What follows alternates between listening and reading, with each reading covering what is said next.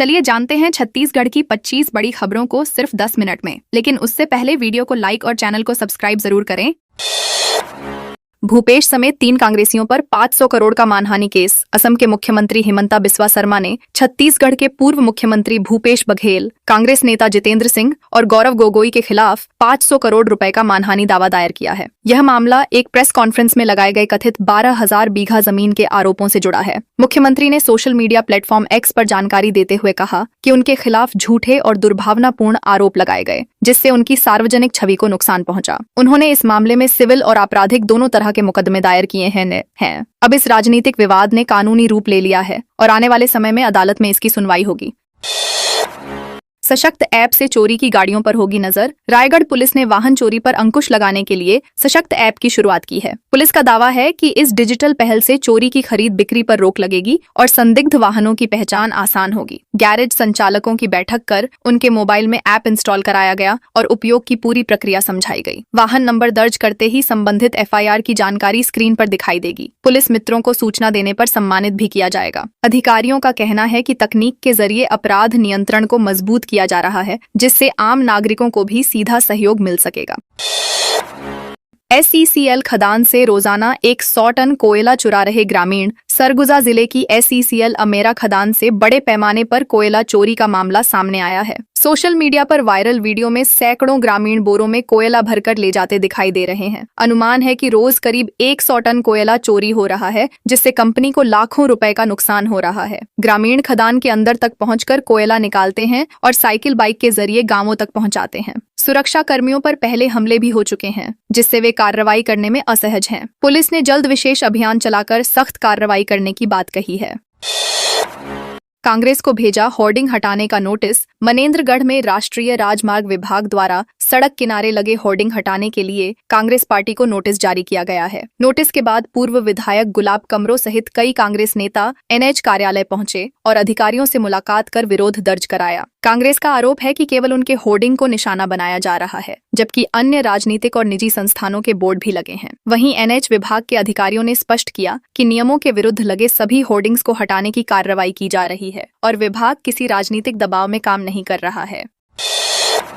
बैताल रानी घाटी में दिखा गौर। बैताल रानी घाटी में एक गौर के दिखाई देने से क्षेत्र की जैव विविधता एक बार फिर चर्चा में आ गई है। मंगलवार शाम करीब 5 बजे घाटी के ऊपरी हिस्से में गौर को स्थानीय निवासी ने मोबाइल कैमरे में रिकॉर्ड किया। प्रत्यक्षदर्शियों के अनुसार वह मुख्य सड़क से करीब 20 मीटर दूर खड़ा था और कुछ देर बाद शांतिपूर्वक जंगल की ओर लौट गया। विशेषज्ञों का कहना है कि मैकाल रेंज का यह इलाका घने जंगलों और प्राकृतिक जल स्रोतों के कारण वन्य जीवों के लिए अनुकूल आवास है। इससे वन संरक्षण और पर्यावरण संतुलन पर भी सकारात्मक संकेत मिलते हैं।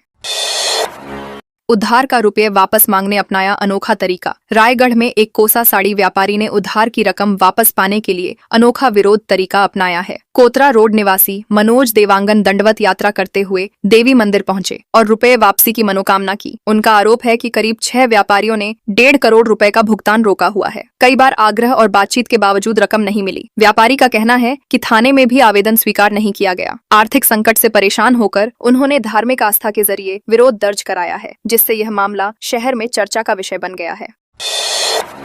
NH निर्माण की गुणवत्ता को लेकर ग्रामीणों में नाराजगी। बलरामपुर रामानुजगंज 343 पर करीब 90 करोड़ रुपए की लागत से 2 लेन सड़क निर्माण कार्य चल रहा है, लेकिन गुणवत्ता को लेकर ग्रामीणों में असंतोष बढ़ता जा रहा है। पूर्व जनपद उपाध्यक्ष बीडी लाल गुप्ता के नेतृत्व में ग्रामीणों ने चक्का जाम कर विरोध प्रदर्शन किया। आरोप है कि ठेकेदार मानकों का पालन नहीं कर रहा और निर्माण कार्य में लापरवाही बरती जा रही है। रामानुजगंज के घनी आबादी वाले क्षेत्र में लगाए गए WMM प्लांट से उड़ती धूल से लोगों को सांस संबंधी दिक्कतें हो रही हैं। ग्रामीणों ने निष्पक्ष जांच और ठोस कार्रवाई की मांग की है।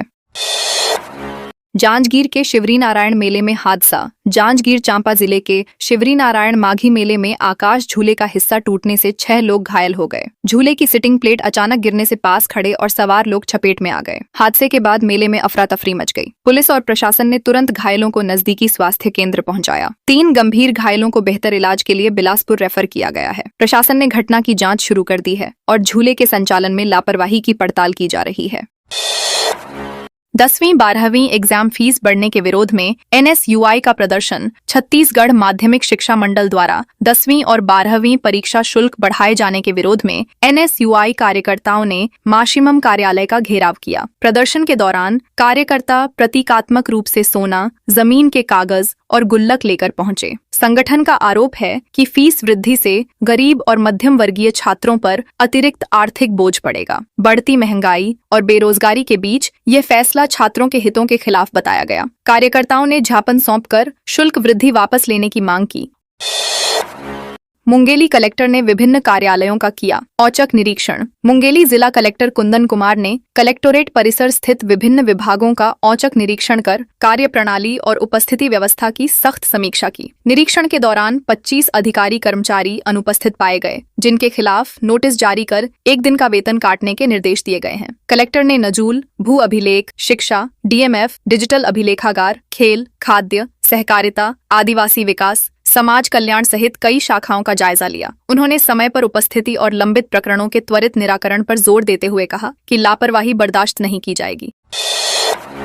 जगदलपुर क्षेत्र बना विद्युत फुटबॉल का नया चैंपियन। राजनांदगांव में आयोजित पावर कंपनीज अंतर क्षेत्रीय फुटबॉल प्रतियोगिता 2026 में जगदलपुर क्षेत्र ने 10 वर्षों से विजेता रही कोरबा पश्चिम टीम को 2-1 से हराकर नया चैंपियन बनने का गौरव हासिल किया। फाइनल मुकाबला दिल्ली पब्लिक स्कूल मैदान में खेला गया, जहां दोनों टीमों ने आक्रामक खेल दिखाया। पहले हाफ में जगदलपुर ने बढ़त बनाई, जबकि कोरबा पश्चिम ने बराबरी का गोल दागा। मैच के अंतिम क्षणों में जगदलपुर ने निर्णायक गोल कर खिताब अपने नाम किया। सेमीफाइनल में जगदलपुर ने रायपुर को और कोरबा पश्चिम ने अंबिकापुर को हराया था।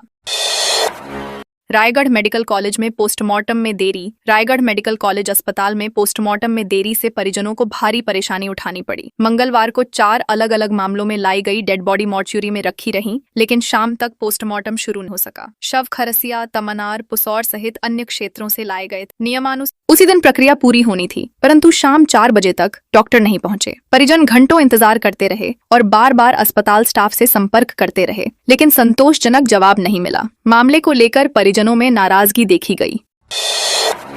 धमतरी में 10 फीट अजगर का रेस्क्यू। धमतरी जिले के बागतराई रावा गांव में खेत के पास 10 फीट लंबा अजगर मिलने से ग्रामीणों में हड़कंप मच गया। सूचना मिलते ही सर्पमित्र सूर्यकांत साहू मौके पर पहुंचे और सावधानी पूर्वक अजगर का सफल रेस्क्यू किया। ग्रामीणों ने अजगर को गड्ढे में कुंडली मारकर बैठे देखा था। रेस्क्यू के दौरान बड़ी संख्या में लोग मौके पर जमा हो गए। सर्पमित्र के अनुसार अजगर का वजन करीब 15 किलोग्राम है और उसे सुरक्षित जंगल में छोड़ा जाएगा। वन क्षेत्र से सटे होने के कारण जिले में पिछले 2 महीनों में 10 से अधिक अजगरों का रेस्क्यू किया जा चुका है।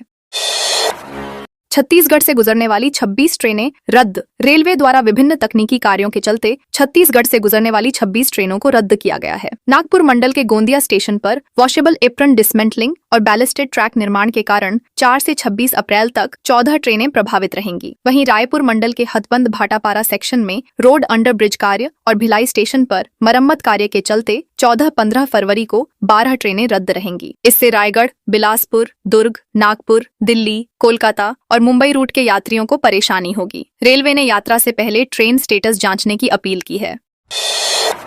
कांग्रेस पार्षद दल की बैठक में बवाल। बिलासपुर में नगर निगम सामान्य सभा की रणनीति को लेकर आयोजित कांग्रेस पार्षद दल की बैठक में उस समय विवाद हो गया जब उप नेता प्रतिपक्ष संतोषी बघेल की जगह उनके पति रामा बघेल पहुंच गए। नेता प्रतिपक्ष भरत कश्यप ने इस पर आपत्ति जताई, जिससे माहौल गर्मा गया। रामा बघेल ने अन्य पार्षद पतियों की मौजूदगी पर सवाल उठाए और नाम लेकर टिप्पणी की। बैठक में पूर्व मेयर व अन्य वरिष्ठ नेता भी मौजूद थे। 13 फरवरी की सामान्य सभा से पहले यह विवाद राजनीतिक हलकों में चर्चा का विषय बन गया है।